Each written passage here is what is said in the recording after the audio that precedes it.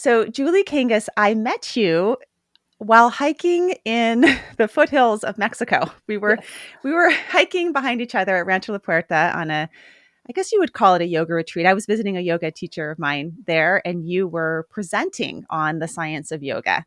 And we just were chatting. I had no idea that you were a presenter, but during our chat, I got more and more interested in what you're doing at UCSD and how you're really taking this ancient principle and practice and applying it in the realm of psychology and mental health and what you're finding science wise. So I'm excited to talk with you today about this intersection of science and yoga.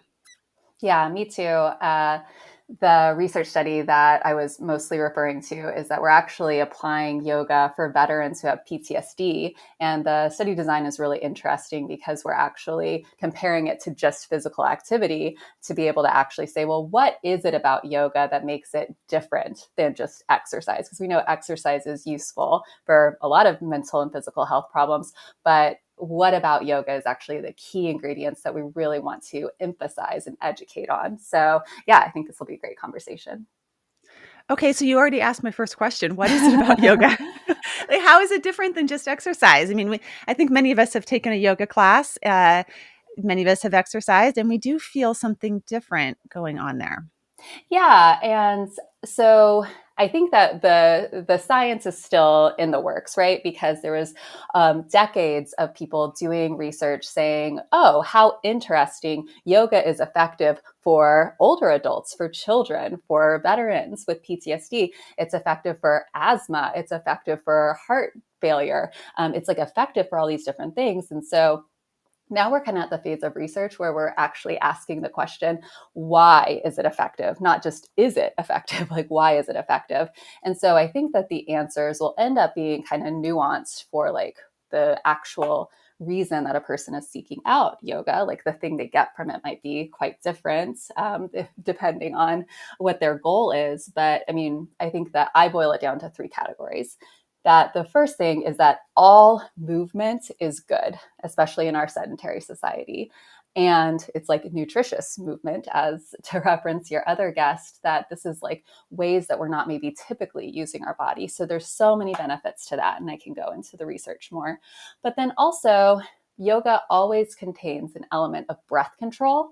And a lot of people are not aware of how they're breathing.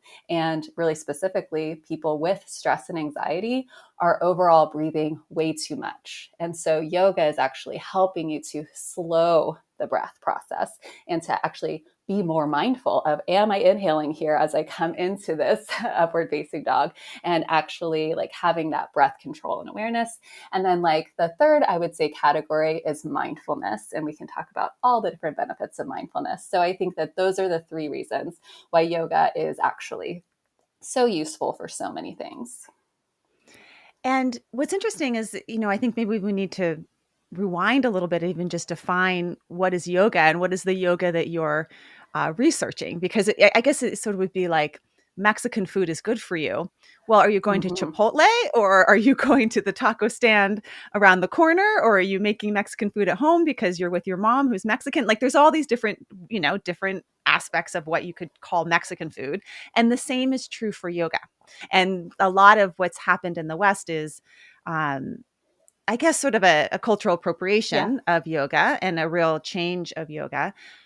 How are you defining yoga in your research, and what is it that you're doing with folks to find these benefits? Mm-hmm. So specifically, I am a yoga teacher and I teach some of the classes for this yoga protocol. So I can answer real specifically what we're doing. We're doing like what Americans would call hatha yoga. And so we're just kind of like sustaining these poses, like the traditional warrior poses, plank, downward facing dog. We're doing all of these and kind of sustained several breaths holding it. We're also doing a lot of education. I do a lot of education as we're going through about like, notice your body in this way, notice your breath in this way, and then also notice the judgments, the distractions, and use your body, use your breath as an anchor to come back to for your attention. So that's like what I'm referring to when I refer to yoga. But yes, you're totally right that there's such an interesting history of how we've come up with this kind of set of practices that we as Americans and Southern Californians or Californians define as yoga. The principles that you're talking about in terms of breath retention and asana and how you're concentrating your mind are very central to the practices of yoga. I'm curious how, when you're working with folks, people coming in from lots of different backgrounds, different abilities, different Mm-hmm. bodies, you're working with PTSD, how you make yoga inclusive to people. Mm-hmm.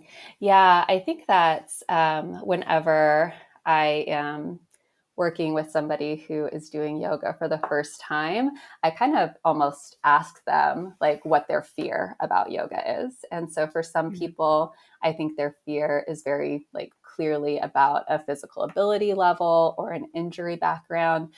For some people, it's actually, especially with my veterans, sometimes it's like this perception of like who does yoga and like kind of almost a culture of these like white women doing yoga in California. Like there's like kind of just like depending on what somebody's kind of concern about getting involved in yoga is. And so I think that having just a frank conversation about that and then breaking it down to be, as I said, so practical that like really the point isn't to make your body look like my body as we hold these poses, or the point isn't really to be, in this advanced elite exercise class where we're all like doing inversions and headstands.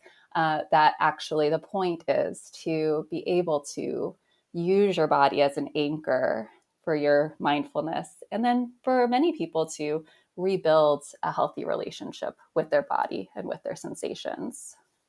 What are you noticing in terms of changing in folks that are coming in to work with you? Say someone that comes in with PTSD.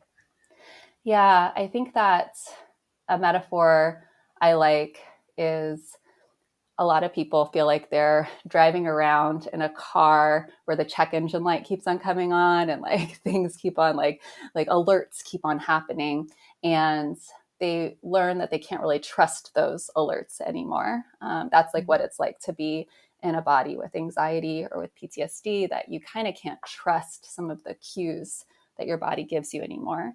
And so you actually, in the same way that if you were driving a car that like you can't really trust the check engine light anymore, like you have to learn the car. Like how does the car feel, or like what feels different in your turns or in your brakes to indicate to you that there actually is a problem that needs to be addressed. And I think that that's something I observe with the yoga for PTSD is this rebuilding a relationship with the sensations in the body and being able to actually be able to tell, is this safe for me? Is this not safe for me? What does this breath actually feel like? Some people are so afraid even to settle down and pay attention to the breath. And so I think that it's rebuilding the relationship with the body and with the cues from the body. So really developing that interoceptive awareness of what's going on Mm-hmm. inside your body, being able to listen in, being able to trust it, again, rebuild the relationship. And I like what you said about the breath, because when we're anxious, it does sometimes the message that people tell anxious folks is just like Mm-hmm. take a breath. And that isn't always the most helpful thing to do when you're facing anxiety. Exactly. That's what the research shows, is that particularly somebody who is prone to panic attacks, that's the worst advice that you could give them. And so what I always tell my people is that whenever you are starting to get anxious, the point isn't to take a deep breath. The point is to take a long exhale, that the exhale actually is the thing that you need to focus on, not the inhale, because people hyperventilate so often when they're anxious and breathe too much. And so I do a lot of education too about the fact that our exhale really is paired with the like the parasympathetic nervous system, the rest and digest, the calming down. And so yeah, we do a lot of emphasis on the exhale and yoga practice too. So let's take the three components that you introduced to us that you think are part of really the mechanisms, the key underlying factors that are contributing to the benefits of yoga. And let's maybe break them down even more in terms of the science and then give examples of Mm-hmm. them. So the first component is asana. which Mm-hmm. is the physical practice of yoga. The second component, pranayama, the breath. And then the third component is what you're doing with your attention, with your mind, Mm-hmm. the attentional practices. And these loosely map on to the 8 limbs of Yeah. yoga, Mm-hmm. Patanjali's 8 limbs. So it's you're leaving out a little bit of the ethics of Yes. yoga in there. So just to orient people, the 8 limbs of yoga include ethical principles, the yamas and the niyamas. Yeah, so how you are relating to others, things like truthfulness and non-stealing, and how you're relating to yourself, things like having self-discipline, uh, and practicing contentment, santosha. And then there's also these other limbs, the other 6 limbs that have to do with asana, which is the physical practice, pranayama, concentrating your mind, withdrawing of the senses, Mm-hmm. as well as a practice of finding sort of this transcending of the self, the samadhi, where you get into like a sort of absorption into awareness. But it is helpful just to break it down into these 3 things. I think most Mm-hmm. people who practice yoga are going to practice those 3 aspects: the physical aspect, the breathing aspect, and the mental aspect. In terms of asana, the physical postures, you mentioned how you're helping people become more sort of embodied. What is the science behind that, and why is it so beneficial? Mm-hmm. Well, I think embodiment is maybe an even more nuanced layer of it. But I actually just want to talk first about the benefits of exercise. Yeah. And the it's so interesting actually for me personally because the very first research study I ever worked on 16 years ago was about basically augmenting a depression treatment plan by adding exercises called the TREAD study out of UT Southwestern. And back 16 years ago, we were like saying, okay, well, exercise is helpful for depression, but like nobody really knew why. There's like a lot of theories. It's like, is it kind of like this runner's high type of like endorphin response? Is it like heating up the body? Is it just like the behavioral activation of like getting out there and being social or being in nature or whatever to go for a walk? Like people didn't really know what the active ingredients were. And so it's been interesting in the last couple of years to really see so much more understanding of what actually happens in the body when we're moving and exercising. And so specifically, I would refer people to a good summary of that called The Joy of Movement by Kelly McGonigal. And the reason I reference that is because it was so useful to me to actually understand a bit more about what's happening. And so I pulled a quote from her book and she says, like, we have a pharmacy in our quadriceps, like meaning that our muscles are like an endocrine system. And she talks about how like actually like every time you move your body, you're actually giving yourself an intravenous dose of hope, which is called like myokines. They're also called hope molecules because there's just so many useful benefits of it. And so I think that like just understanding that on the basic level of like moving your body in this way, activating your muscles, this is giving just so many different benefits, not only for your mental health, but also like for your physical health. Because I think that also we have a lot better understanding of the fact that like, yoga is helpful for diabetes. Like yoga is helpful for so many things. And part of the reason is because actually too, when you engage your muscles, like you're helping yourself to regulate your glucose better. So like almost every system of your body is better because of engaging your muscles. So you also said something in the talk that you gave at Rancho La Puerta in Mexico, where you talked about, I hadn't heard this before and I loved it, that evolutionarily there's also a reason why it's so, in the beginning it's so hard to get us to move, Mm-hmm. and then once we start moving it feels so good. Yes, I would love to tell you about that because for me, it's so validating. And so I am glad that your brain latched on to it the way that mine does.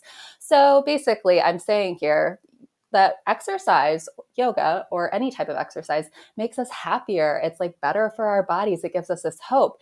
And so it's just like, well, why is it so hard to get moving? Why is it so hard if I know that exercise makes me feel better? Why is it so hard sometimes to like get off the couch and start doing it? And so actually, I think that evolutionary psychology really explains this well, which is that historically, we didn't have endless calories or endless food. And so the decision to move your body, you actually had to make that decision with discernment. And so there's almost like this check system that happens in your body where it's like, are you sure you want to move? And then, like, if you say, yeah, I am sure, like, I need to chase after, for example, I need to chase after this antelope. It's like, okay, well, if you've made the decision that it's worth it to you to move, then good job, good job, good job. And like your body starts to secrete all this stuff that says, yes, keep going, because you've obviously demonstrated that it's worth it to you to move. Mhm. We could capitalize that in terms of our movement values, like making Mm-hmm. it reminding ourselves that it's worth it to move can help get us out into doing the movement. And then once you do it, it starts feeling Mm-hmm. good Mm-hmm. as well. So I loved how you talked about nutritious movement because I do think yoga has that benefit of moving the parts of our bodies that we don't usually move in lots Mm-hmm. of different directions, right? We're moving forward and backwards, we're bending, we're opening up, we're moving sideways. That's all part of the traditional asana practice. And one of the things that I think is interesting in thinking about cultural appropriation of yoga is Mm-hmm. how some of those movements have begun to be, people have begun to think of that as yoga and even using words like vinyasa. But actually what vinyasa is the awareness of the connection between breath and movement. Mm-hmm. And so it's not just about the movement and getting to the next thing. I've been in yoga classes before where I've heard instructors say things like, only 30 minutes more. Think about how good you're going to feel when you're done. I'm like, that's not yoga Mm-hmm. because it's about being present in the pose that you're in and exploring it and also exploring it with the breath. So how when you're working with people in in postures, what are some of the cues that you're giving them to help with that process of the exploration of the movement from the inside out? I don't think I'm the best yoga teacher. I'll start there, but I think that the things that I have found to be the most useful is like, not only checking the small things about alignment, but like for me and for my population, it's just like so many people have like tension headaches. They grind their teeth. They have like all this tension that they hold. And so every time we get into a pose, like we'll do all the kind of checks to make sure that everything's in right alignment and like check this, check this. And I'll often say, notice how many things there are to pay attention to right here, right now. Why Mhm. would you let your mind drift somewhere else? Or why would you like go on to the next thing? There's so many things we can pay attention to right now. How is your knee aligned? How is your breath? Is your core still engaged? Check in with your forehead, your jaw, your neck, your shoulders. Are those soft? And so I kind of just usually emphasize the fact that like, oh my gosh, like our body is so like richly giving us information in the moments of yoga. Like, why would you put your attention anywhere else? Like there's so many things. Pick something here. Okay, so that's beautiful. That is a really good yoga teacher. And what I love about that is that you know how often when we think about yoga, it's sort of whatever's happening on the mat will happen off the mat, right? So if you're on the mat and you're having a hard time paying attention or being in your body or staying present, it's likely that you're also going to have a hard time in when you're like in a work conversation with a colleague, your mind might be on something else, or when your kid comes home from school, your mind might be something else. And if you took that mindset of like, wow, but there's so much to be present for and pay attention to in this moment, then it may change your experience off the mat as well, because you can use that skill. You can use it with your body, but you can also use it in your relationships. And the more you do that, the more, I'm thinking about Dan Siegel's wheel of awareness, how he does a lot of practice in building the awareness of our eight senses. So the five physical senses, but also awareness of our interoception and our own thoughts and our interpersonal relationships. That the more that you do that, the more you strengthen those connections in your brain to be able to stay present. And the more nuanced you also become at sort of like the subtleties of the sensations in your hips or the sensations in your back. And you have more ability to work with them as well. Hmm. Hmm. Yeah, because I think the like mindfulness component certainly is like a component of non-judgments, like, and that's something that's emphasized. But the other like definition of mindfulness that I like is, I forget who I'm quoting, to bring in like the exquisite vividness of every moment. And so, yeah, I think that that's what I really like about it. Mhm. So we're naturally kind of moving into mindfulness. As soon as you start getting present in the body, there's the Hmm. benefits of the exercise, but there's also the benefits of embodiment. And that leads to mindfulness. There's so much science behind mindfulness at this point. I Hmm. don't know how much time we need to necessarily spend on that. Everyone sort of knows about the monk studies and the insula and all that. But what, in a real practical way, how are you cultivating mindfulness and what are the benefits for it for people that are struggling with things like anxiety or depression? Hmm. So I think that I go back to the fact that, especially let's start with anxiety. One of the most important treatments for anxiety is just exposure therapy, and to like actually like have the experiences that you are afraid of in a healthy structured way. And I think that like mindfulness really is that, it's exposing you to like the things that you might be afraid of. So like in yoga you are settling down, being with your own thoughts. It's quiet maybe, and so that can be scary on its own. And so to actually like have this experience, to like let yourself be with the discomfort of that quiet during shavasana, or the discomfort of noticing your breath, and also just like the literal discomfort of like some of these poses, like you will feel like, especially in different variations of yoga practice, like maybe like a yin yoga, it really is this like practice of being uncomfortable and making peace with the fact that you're going to be uncomfortable. And I think that that just has endless benefits, to make peace with the fact that you will be uncomfortable, knowing this too shall pass, knowing none of these Mhm. sensations are going to last, knowing that you can be uncomfortable without being in danger. Those are like some of the the things that I think mindfulness offers for like depression Mhm. and anxiety. Absolutely. And I think in the tradition of yoga, the kleshas, which are Mm-hmm. the things that create suffering, right? Mm-hmm. And the things that create suffering in your mind are things like an attachment to self or aversion, trying to avoid something that's painful, or holding on to something, the attachment to something good, like not wanting it to go Mm-hmm. away. And then also just sort of the not knowing, they call it ignorance, sort of the not knowing of your true nature, of just like who you are. That when you practice mindfulness in this way, I think through yoga, what it helps with is those mind states that cause a lot of our suffering, right? Mm-hmm. So with anxiety, you're either trying to make it go away, or you're having a moment where you're not experiencing anxiety, and so you like want to hold on to that moment really tightly. Or maybe you're over identifying with your anxiety, like Mm-hmm. you think I am my PTSD or I am my social anxiety.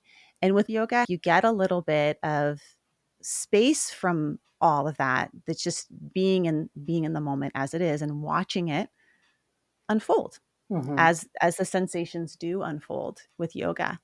It is something that I think yoga in particular is helpful with, because for some people, meditating mindfully is more difficult, and actually Mm-hmm. doing like a physical practice of yoga helps kind of it helps to have something else to bring your attention to in the Mm-hmm. present moment, as opposed to just sitting in silence. So I do think the physical practices add another layer of something to bring your attention to that can be really helpful as well. Mm-hmm. Mm-hmm. Yeah, and again, just like emphasizing, like we do have such a sedentary society, and so then like the challenge of like, okay, well, you've been sitting all day. Now, for your own wellness, like sit in stillness. That's like not really appealing. I will just say, for me personally, I do find this to be like just a better way for me to practice mindful awareness in the present moment. Yeah. I also think there's an element that's really helpful for people with yoga that struggle with body image. Mm-hmm. And it's a different way of relating to exercise. And that's sort of how my path to yoga was, in order to find a different way of relating to my body than one of punishment or forcing Mm. it to do things or ignoring its signals. And then also how to begin to appreciate my body differently as Hmm. well. Do you notice that in terms of people's, and are you measuring any of that? Or what's the research behind that in terms of body image and body appreciation with this type of practice? That's not my personal area of research, so I'm not really able to give you any citations. But gosh, that's so intuitive to me that the idea of, again, rebuilding a relationship with the body with non judgments. And I think also for me, even sometimes as I'm leading yoga, I'll like encourage people to like, is there any experiences here that you actually treasure? And like, can you thank your body for your body giving you that experience? And so I think that, yeah, relating less to the appearance of your body, to the sensations of your body, and to really the marvel of like how many processes, and that's what I'll often do too in mountain pose, is just kind of like paying attention to all of the things that are going on at the same time just to hold you up, how many of your muscles are engaged, that really having that gratitude or even awe of the complexity of our bodies and our perception, that yeah, that really maps on for me. Such a different way of relating to the body as opposed to sort of the body is sort of objectified. It's more Mm-hmm. of appreciation of the body and befriending it, getting to know it, getting to listen to it, and seeing that it's way more complicated and complex and amazing than we often give it credit for when you slow Yeah. down and take the time with it. Yeah. Mm-hmm.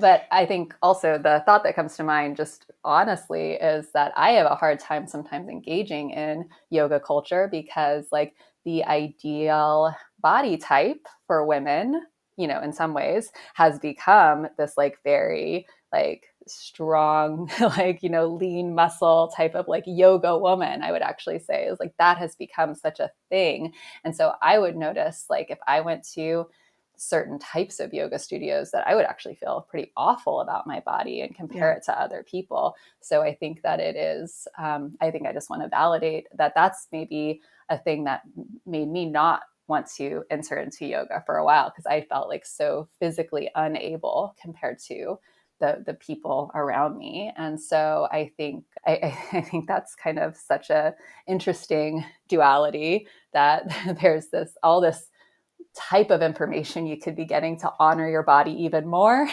And at the same time, depending on the culture of the actual studio or class, you could actually be getting a lot of information that makes you disrespect your body.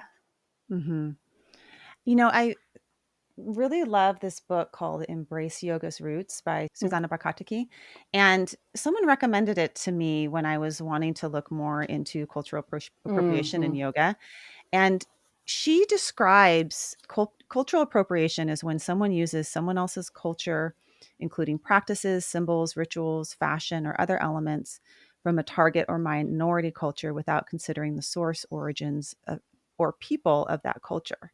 They may use another culture for various reasons, such as to make a profit, to make a new Mm-hmm. trend, to look cool or be fashionable, to be cultural tourist and explore the exotic, to mold another's culture into a more Eurocentric one. And I think that the focus of yoga turning into this sort of like, what type of body do you have? Mm-hmm. Do you have a whatever that image of the yoga Mm-hmm. body that's out there is very closely linked to cultural appropriation of yoga and also capitalism, Mm-hmm. because there's a billion-dollar industry now selling yoga clothes and yoga materials and sort of selling this promise of feeling a certain way if Mm-hmm. you wear these things or you look this way. And it's really actually the complete opposite of what yoga is Mm-hmm. about, which is not about getting your body to be a certain way or be in a certain pose. Yoga is about a union of the body and the Mm-hmm. mind and the spirit, as well as being able to actually create pure awareness of who you are from the over identification with the body. So it's just really interesting to me the way that the West has kind of taken this and manipulated it and appropriated it. And I do think finding yoga studios or maybe even Mm-hmm. starting your own practice, you can do, online practices where that's not part of the teaching.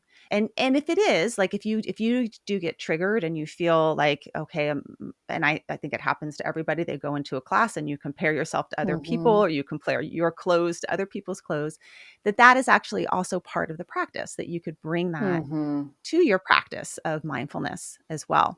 Yeah, no, I just agree with everything you're saying, and it has three different lines of thoughts opening up. And so, I guess one thing I'll mention is that ultimately, a product that we want to have at the end of our research study is like basically a guide, so that we don't have to be doing tons of yoga classes, for example, at the Veterans Hospital, but that we could actually do an education session with a veteran and say, go to the YMCA, go to Core Power Yoga, go to whatever is easy and available to you, do these online ones. But here's the things that we want you to pay attention to, like when you go, so that you can actually be like an informed and educated consumer of yoga. And that this would actually be like the most kind of cost effective and the most realistic way that we could allow our veterans with PTSD or with anxiety disorders to utilize yoga for actual benefit, rather than just like, oh yeah, go to this exercise class and potentially compare yourself to other people and potentially feel really uncomfortable that somebody wants to walk around and potentially touch you. That we want to actually make a consumer guide. And so I think I was just so resonating with what you were saying, that I think that's part of the consumer guide that we would make, is that when you are in one of these yoga classes, automatically, for sure, judgments are going to come up, comparisons are going to come up, distractions. And can you use, even in those tough moments where some of them might be such painful judgments, can you maybe bring your mind back to your body? Can you maybe regard your body with kindness or non-judgment? And yeah, like, this is such a challenging thing, but you could actually learn a lot that's Mhm. translatable off the mat in those moments. Oh, I love this concept of bring your guide to wherever you are. It's sort of like, you can go into any restaurant anywhere, fast food or or not, and make choices for you that work Mm-hmm. for your body and work for your goals and work for what you're trying to grow in your Mm-hmm. life. And maybe there's a place where if you go to, this specific yoga class at this awesome studio in this one location that costs a lot of money, that would be Mm-hmm. great, but we don't all have access to that. So we may need to go to studios or places that maybe aren't always bringing in, sort of the traditions of yoga or cueing you in a certain way. But if you have those principles within yourself and you take it into a yoga class, then you can practice it anywhere. Mm-hmm. And then ultimately, I think also practice on your own, because I do think that yoga classes are wonderful, and there is good research on synchronicity of movement Yeah. as well. Mm-hmm. That sweet combination of having physical arousal with synchronicity helps us feel more connected and collaborative and solve problems better when we have that. We have that experience, I think, of doing a sun salutation with a group. It's just really lovely Mm-hmm. to do that together. But there's also an individual practice that you can start to develop, and sort of the discipline of taking 10 minutes or 20 minutes a day to do some simple poses to care for your body, and really listening into your own body as to what feels right to me, what does my body need? Mm-hmm. And that will change from day to day. It'll change during different times of the day. And when you take some yoga classes over time, you'll also be able to bring that ritual home as well. Mm-hmm, mm-hmm. Yeah, and you cued my mind to another kind of interesting thing. I don't know. I think this stood out to me because of my personal history with like being in like choirs and everything when I was a kid. But I heard a quote that was just like, all of these traditions across the world and across time had people chanting together or singing together, and that actually like a function of that is that you're actually breathing together. And I think that that really resonated with me so much about like, ooh, what's so special about like that like, communal yoga environment? And it's really that we're all breathing together. And there's something lovely about that.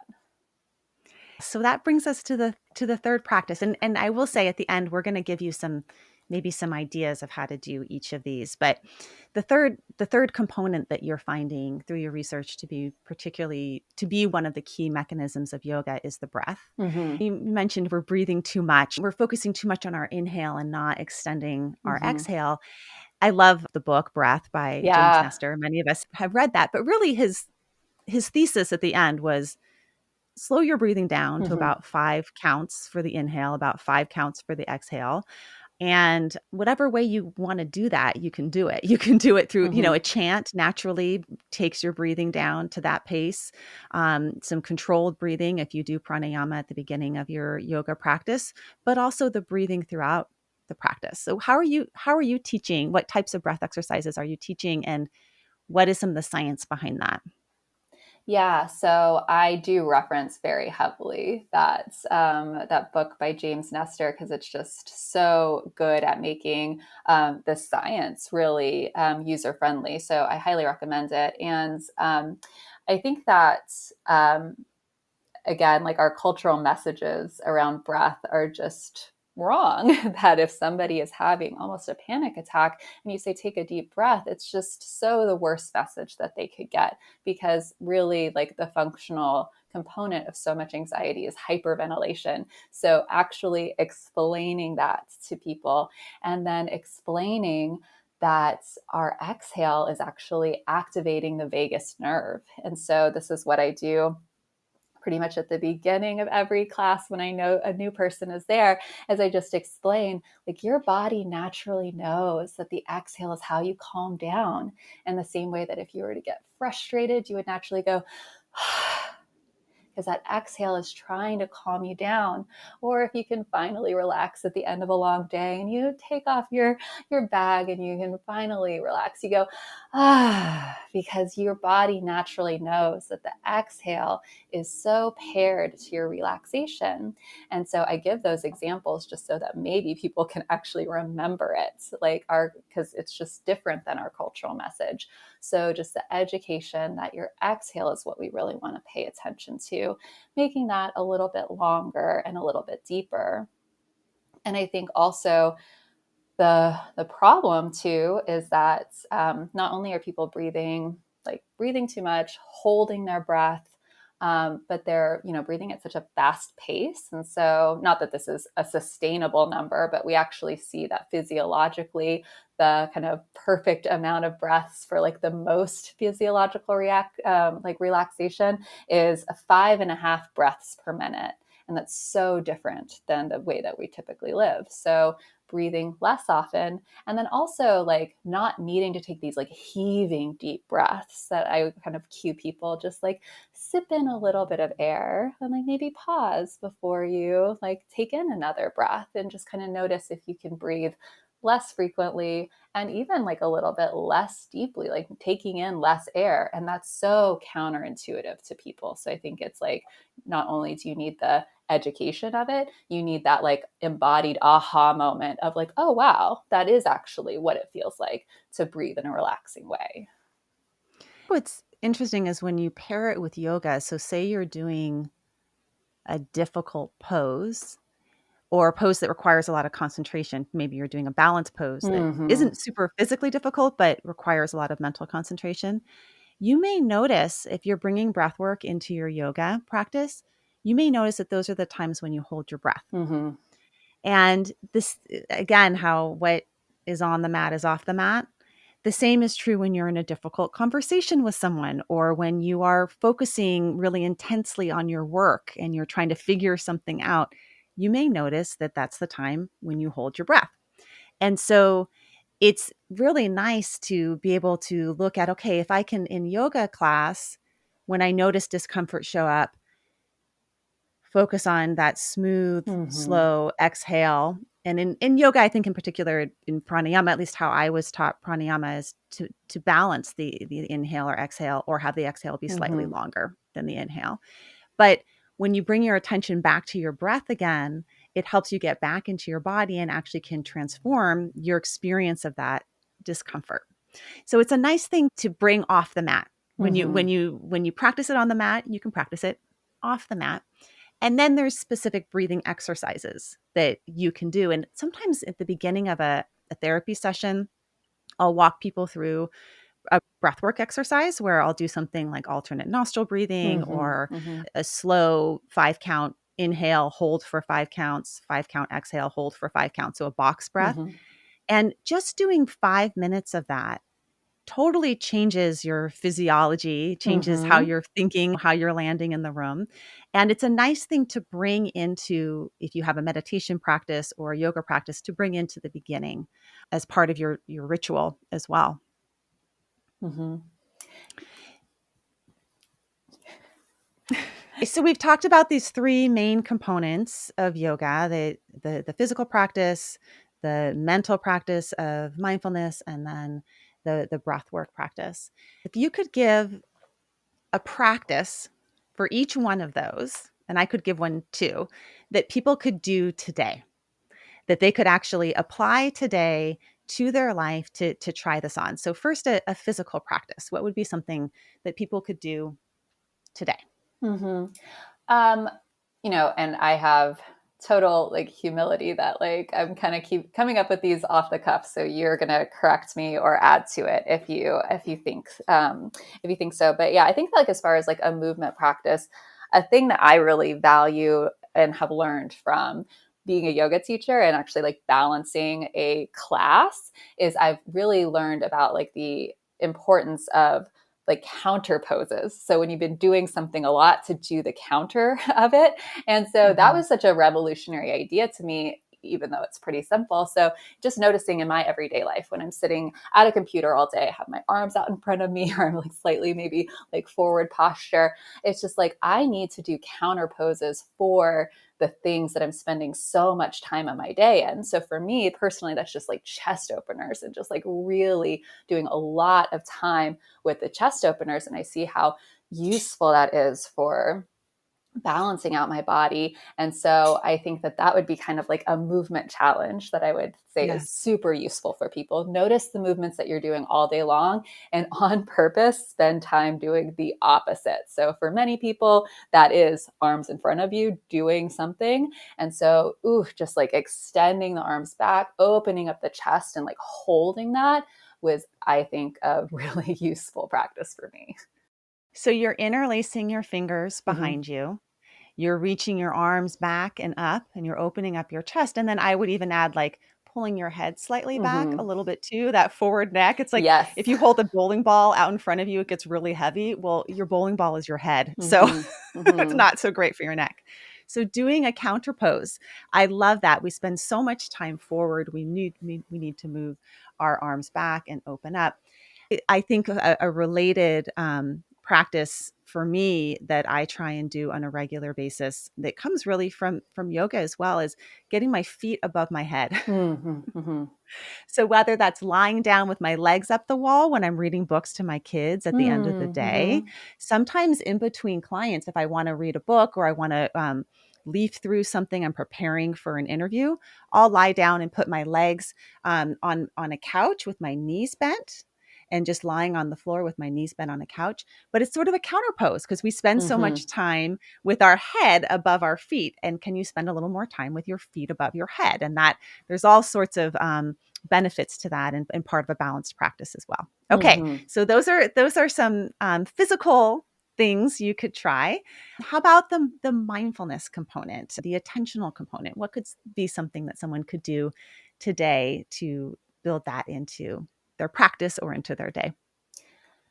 I think, everybody's different on what they're already doing with mindfulness, but like the most basic thing I tell to people if they don't have any type of mindfulness practice is I say, the next time you're in the shower, just be in the shower. And I use that as a really salient example for me personally, because like when I'm in the shower, I'm thinking about like what I'm going to do next, or I'm just like, my mind is anywhere but right there in the shower. And in the same way that we talked about the body being a nice attentional anchor, I think that a shower, there's many pleasant things to pay attention to when you're in the shower. But for me, I'm planning or I'm rehearsing or I'm daydreaming. What would it be like to actually just, like have that be a practice of just feel the nice warm water on your skin or just smell these nice things.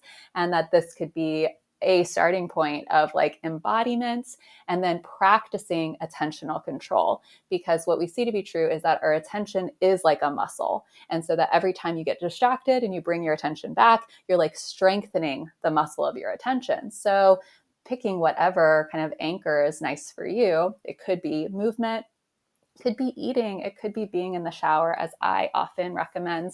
But give yourself this opportunity to notice when you become distracted and bring your attention back. Great. Yes, I was going to do something similar, which is just the walk from your car to wherever it is you're going. Mm-hmm. So if it's your walk from the car to the grocery store or from your car to your office or your car to your home, what if you were to take that walk and walk it as if you'd never walked it Yeah. before? Mm-hmm. And even to the point of noticing how it feels to how do you put your foot down? How do you swing your arms? How do you hold your body? Really as if you were on a yoga mat, moving into a downward facing dog, you're paying attention to the backs of your calves and your back and your head and what if you were to bring that to your walk and notice how it feels different when you become fully embodied in a very short, keep it short, something small Mm-hmm. as well, building that attentional resource back into paying attention to the present moment in your body and your movement. Okay, breath work. What would be a way we could bring some breath work into our day? So I was struck by noticing how difficult it was at the beginning of the pandemic, switching everything to being online, and that like my body got very fatigued. And I read an article that actually referred to it as Zoom apnea.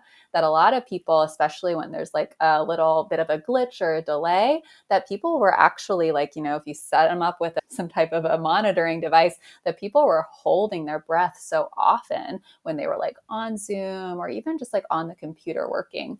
And so for me, that was so interesting to notice that I just did not have an awareness of my breath in this way. And so that was a thing. I don't know if everybody's life still contains Zoom to the same extent that mine does, but I think that noticing maybe in that situation or any moments where you might feel particularly prone to holding your breath or breathing too much, and then just like on purpose, I'm going to pay attention to it. And anytime I notice it, I'm going to give myself a nice, smooth, long exhale to kind of reset the nervous system.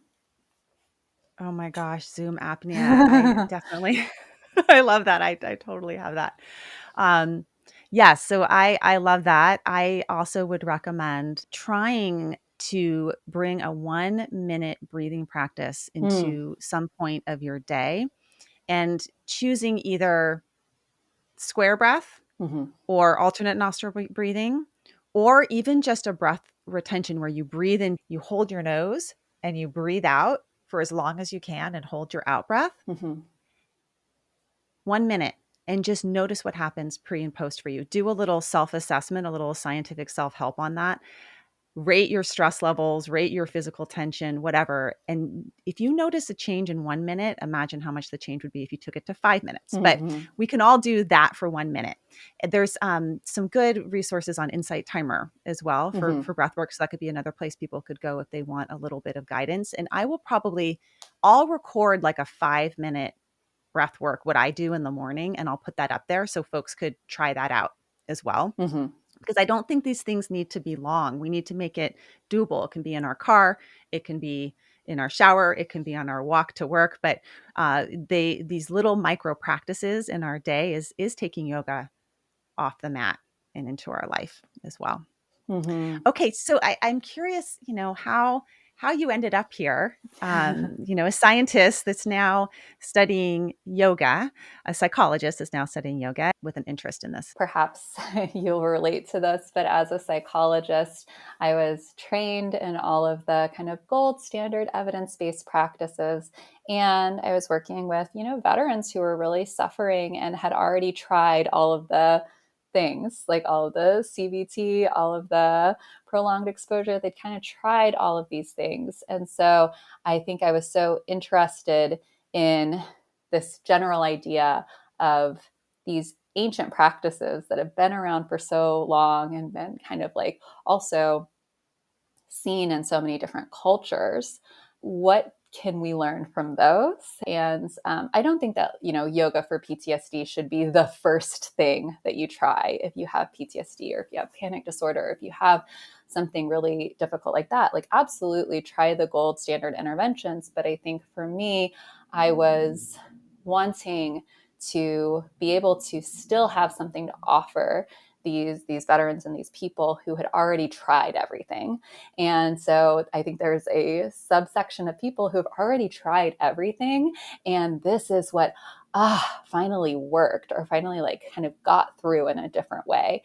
And so that was kind of, I guess, my like reason for feeling really passionate about this area. And then also I would say that my other research interest is that we kind of consider some of these things to be like fluffy or woo woo, or kind of like, not very scientifically based. And I think that adding to the evidence base and actually saying, no, these are interventions of substance that can actually be very meaningful to a person's quality of life.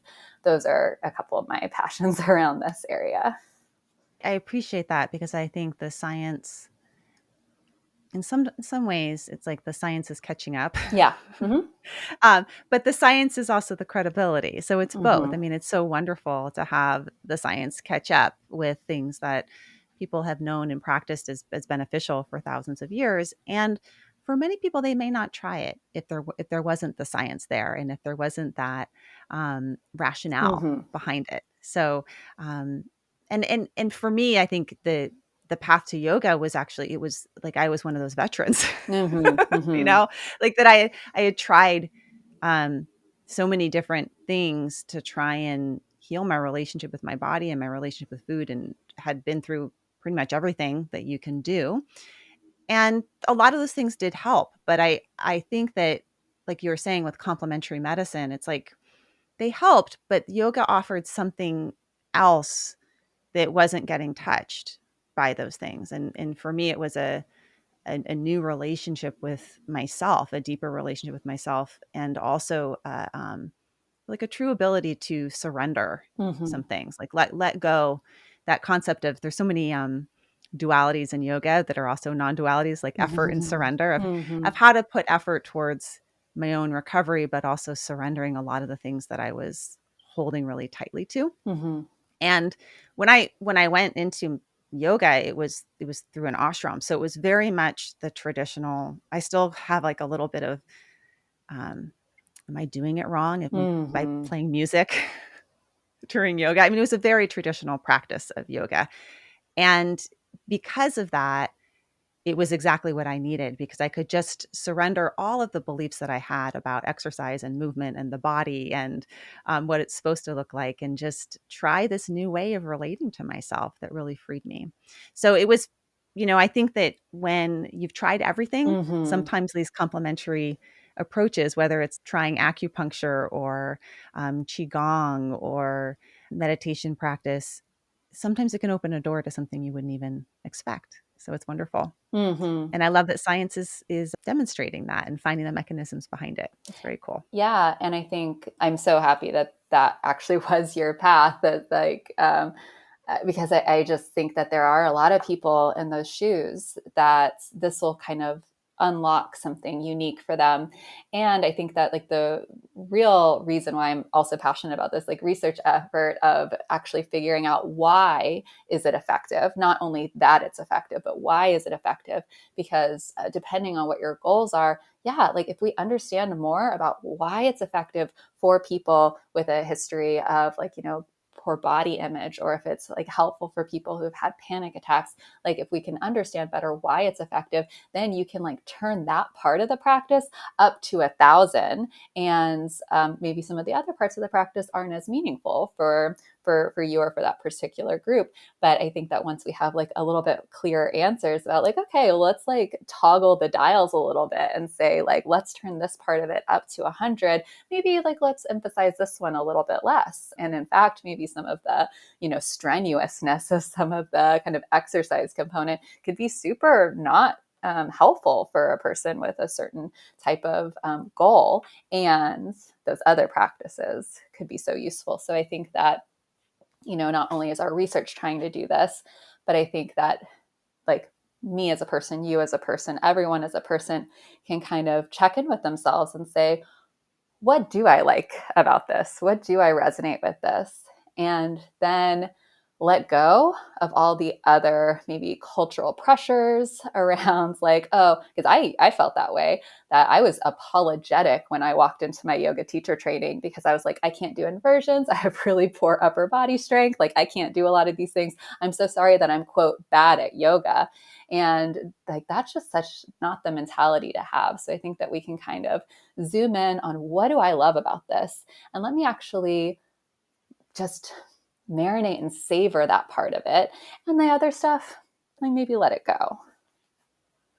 Yes, so it's really about self-exploration, individualization, and isn't that the way that medicine and psychology is Mm-hmm. going, right? It's Mm-hmm. like taking the evidence base that we have and using that as one piece of information and then using your personal experience with it. The case study of one, which when I was in graduate school used to be like poo-pooed, like, Yeah. no, case studies don't. Now it's like back again. Like the case study is back. Then the case study is you. How does this work for you? What parts of it work for you? What do you need? What do you resonate with? And it's a lifelong journey to figure all of that out. So Mm-hmm. it's fun. You get to keep on exploring more and more and more. And there's lots of different ways to do that with yoga. It's Mm-hmm. endless. I feel like I'm 20 years in and I feel like I know nothing. So it's wonderful. It's beginner's mind over and over again. Well, Yes. thank you. Mm-hmm. Yes. And thank you, Julie, for spending this hour with us. I know that you have a private practice, so people can work with you directly now in San Diego or in California. I'm sure Mm-hmm. you're online Mm-hmm. as well. You're also teaching at Rancho La Puerta. You're working at the university. What would you like to share about how people could find you if they want to learn directly from you? Oh, I have such a limited online presence, but I do have a website. And so you're welcome to call or email me from there, and it'll be in the show notes. I love that you have a limited online I presence. know. Yeah. It makes you very likable having a limited online presence, but good. Okay. Well, thank you so much. It's really been a pleasure and treat to talk with you today. Yeah. Same. Thank you.